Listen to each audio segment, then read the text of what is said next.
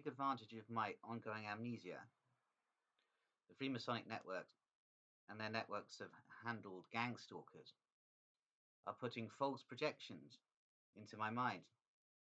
Indeed, at some point a few videos ago, I was remembering my girlfriend that was killed by the Freemasonic networks of Grenville Lodge as a blonde, when Catty was actually a brunette. So it's all very interesting to consider. Indeed, Catty was a brunette, not a blonde. Indeed, she was killed by the Freemasons of Grenville Lodge in either early 2013 or the summer of 2012. I'm not entirely sure because my amnesia from that period is quite intense. Indeed, my memory was basically wiped by the Freemasons of Grenville Lodge after I'd committed a grand exposure of Grenville Lodge. Indeed, my entire exposures of Grenville Lodge were wiped from the internet. Indeed, the Freemasons possessed the tech to be able to basically wipe any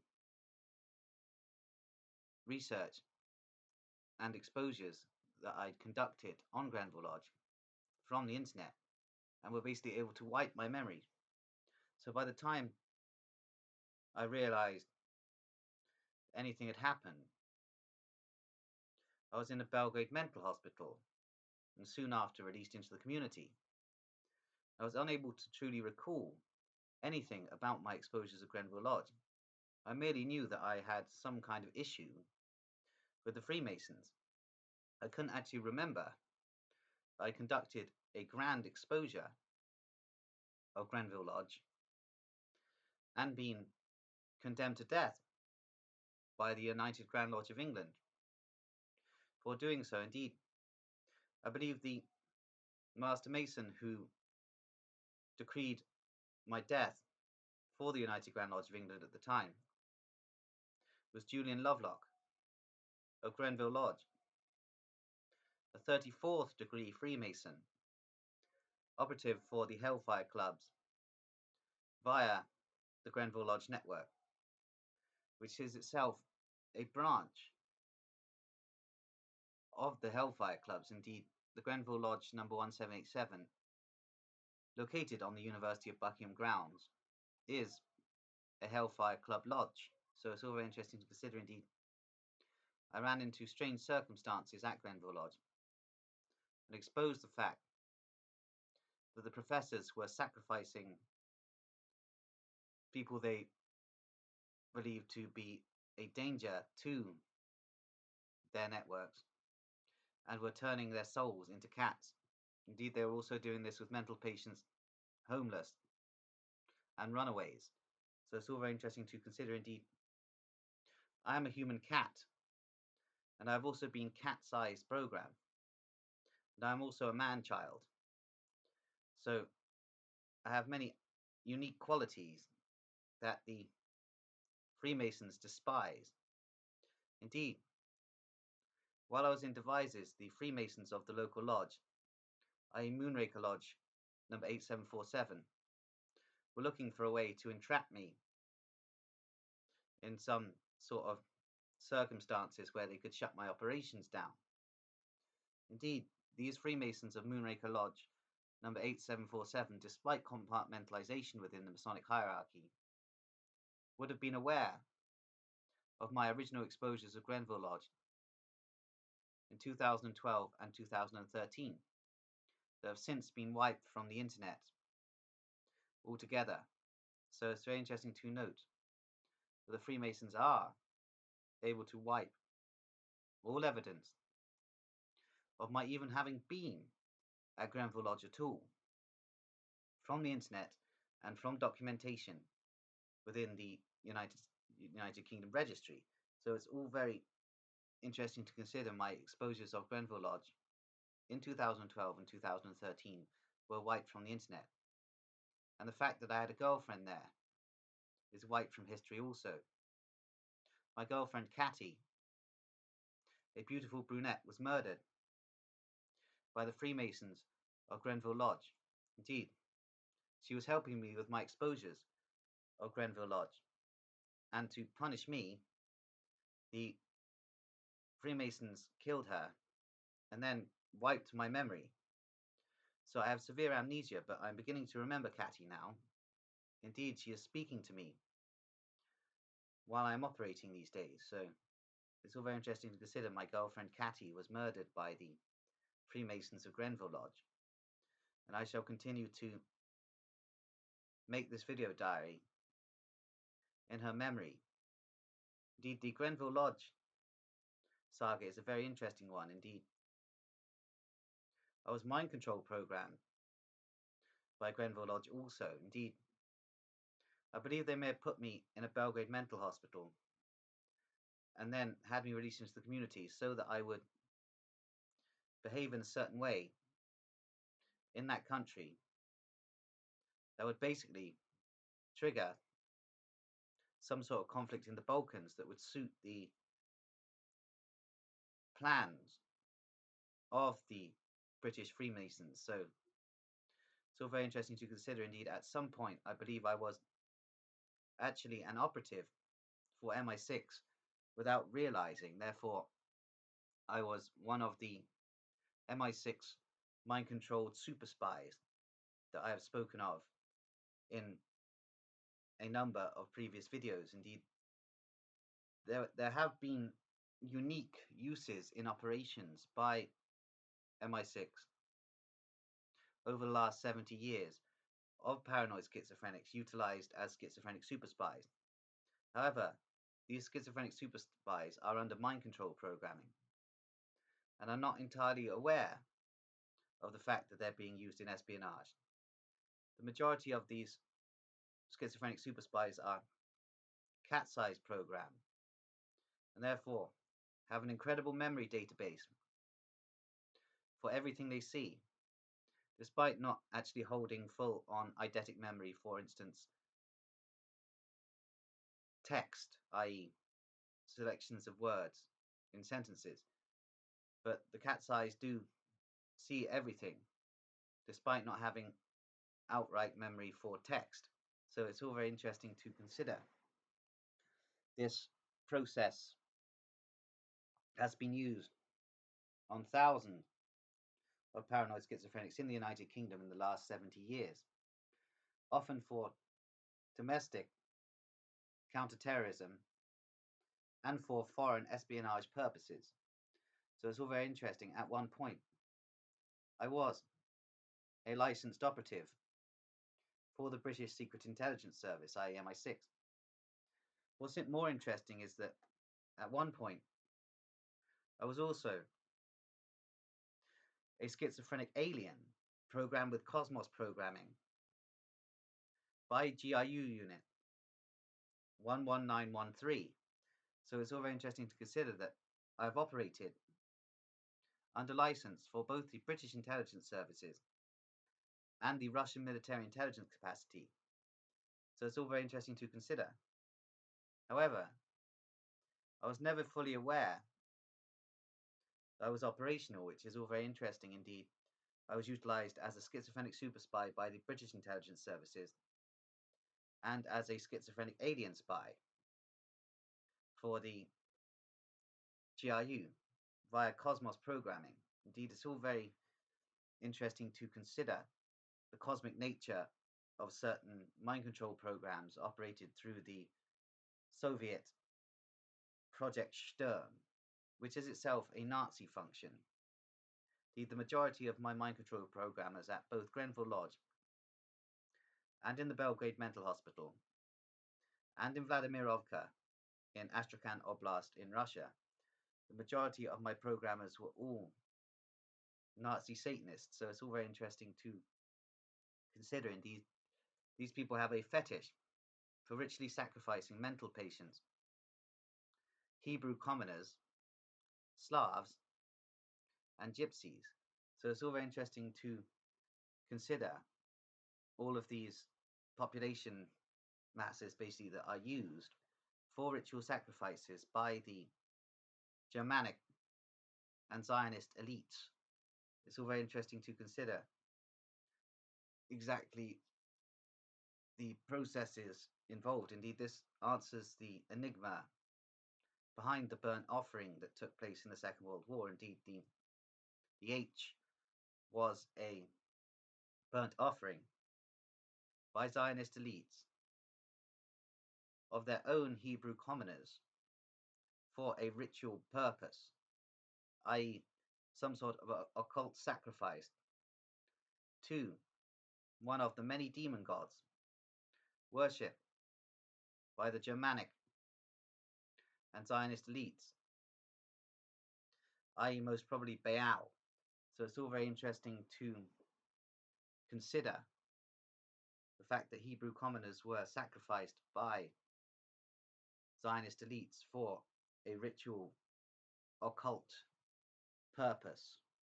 Indeed, it's all very interesting to consider. Indeed, the Grenville Lodge Enigma itself is an interesting one. Indeed, there are many catacombs beneath the University of Buckingham. Indeed, there are tunnel systems in a similar fashion to the Vatican. One of the entrances to this is a trapdoor beneath the Anthony de Rothschild building. Indeed, the fact that there is an Anthony de Rothschild building at the University of Buckingham, complete with a Masonic lodge on site, says a lot. However, my theories on the Rothschild family is they are a semi-autonomous entity functioning within broader German Masonic Illuminist networks. Indeed, the Rothschild family seems to be a pet project of the Illuminist networks of German Freemasons. So it's all very interesting to consider. Indeed, these Germanic Masonic lodges seem to be coordinating such families as the Sabbatean Rothschild family. So it's all very interesting indeed. You may have noticed that I don't focus the majority of my theories around the Rothschilds as many conspiracy researchers do. And this is because I believe that the Rothschilds are dangled out there as a smokescreen by German Masonic orders to attempt to cast the entire conspiracy as a Hebrew conspiracy, which plays into the hands of the German Masonic orders who wish to utilize the Hebrew commoners as ritual sacrifices, such as is going on in Golders Green at the moment, through networks of GRU controlled Faith of Ishmael networks attacking Hebrew commoners in the streets there. This is all part of a ritual agenda. Indeed, the GRU networks coordinating the Faith of Ishmael operatives are themselves DVD agents. Indeed, the GRU operatives are in fact Deutsche Verteidigungsdienst agents. And this all plays into the wider function whereby Germanic and Zionist secret societies utilize Hebrew commoners for ritual sacrifice. So it's all very interesting to consider. Indeed, I've made some statements over the course of this video which aren't quite correct regarding, for instance, the Hebrews, as Hebrew commoners are basically in the same position as me as a mental patient. Indeed, it's interesting to consider this. However, there are various Zionist elite and Sabbatean networks that wish to portray Hebrew commoners as responsible for the crimes of the Zionist elite and Sabbatean networks. So it's all very interesting, and this plays into the wider Illuminist agenda. What with the British Hellfire clubs and Freemasons wishing to blame the problems in the United Kingdom on Hebrew commoners. Indeed, this is scapegoating. This is part of the endgame scenario where the Hellfire clubs and British Freemasons are pushing a Zionist conspiracy theory on the masses, which will result in a slaughter of Hebrew commoners by white Nazis, white hippies, and Faith of Ishmael adherents. It is all interesting to note the synthesis between white Nazis and neo-Nazi satanic covens and the hippie networks that call themselves far left and the Faith of Ishmael. It's all very interesting to note that all of these networks are coordinated by the police state with many agents and agent provocateurs within their networks. And they're basically trying to cast everything as a Hebrew conspiracy when it is not. There are many Zionist elites and Sabbateans involved in the Illuminati project. However, Hebrew commoners are innocent of this charge. So it's all very interesting.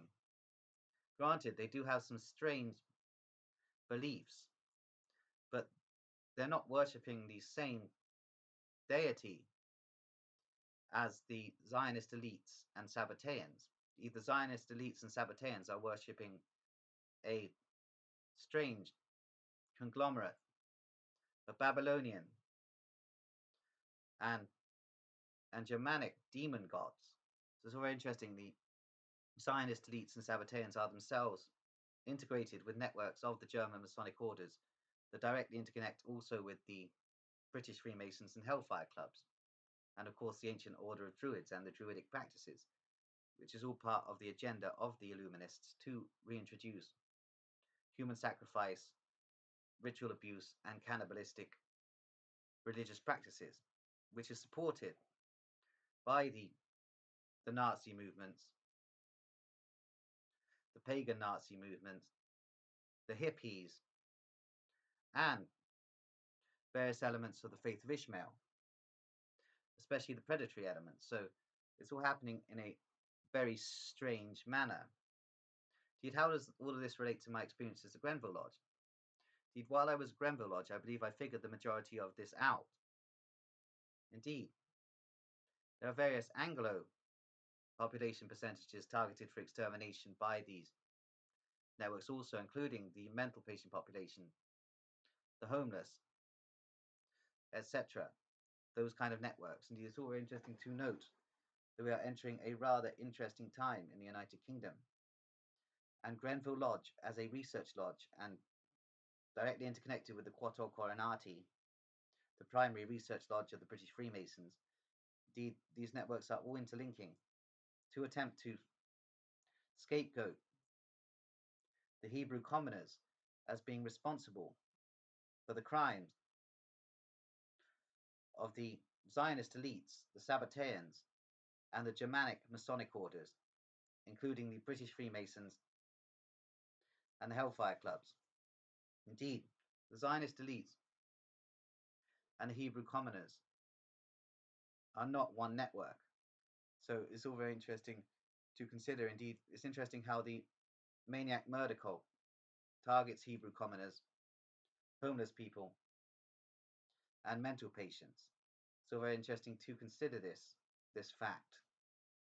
Indeed, as I stated, the maniac murder cult is percentage controlled by the British police with assistance from the GRU, who are themselves controlled by the Kammler and Dietrich factions of the Deutsche Verteidigungsdienst. Indeed, the Dietrich faction do have a percentage, i.e. 20% of control over the Russian intelligence services. The majority of the Russian intelligence services are coordinated by the Kammler faction, but the Dietrich faction also have percentages. So it's all very interesting to know. As I've stated, everything is factional. Indeed, even Grenville Lodge is factional. Indeed, they were undecided on how to dispose of me, basically. There were some networks within Grenville Lodge, including those of Julian Lovelock, who decreed my death, but other networks, such as those coordinated by John Drew, believed the amnesia route would be a better route for me. So it's interesting, Professor John Drew was the leading voice to basically hypnotize me and put me into an amnesiac state, which is interesting. The Grenville Lodge networks are the ones who caused the majority of my amnesia. Indeed, I'm not entirely sure how I ended up in that Belgrade mental hospital, but I believed I assassinated 2 Albanian mafiosi for myself. It wasn't a contracted hit by either MI6 or the GRU, so it's all very interesting. I assassinated these 2 Albanian mobsters with a sharpened screwdriver. So it's all very interesting. So technically, I am a double murderer, which is All very interesting to consider indeed. I believe I may have carried out mind-controlled assassin operations at some point, but I'm not entirely sure. Indeed, as I've stated, I am an amnesiac, and I'm trying to work out exactly what is going on. Indeed, I hope that this video basically explains the majority of theories I have surrounding the Grenville Lodge Enigma. Indeed, I'm going to leave it there now.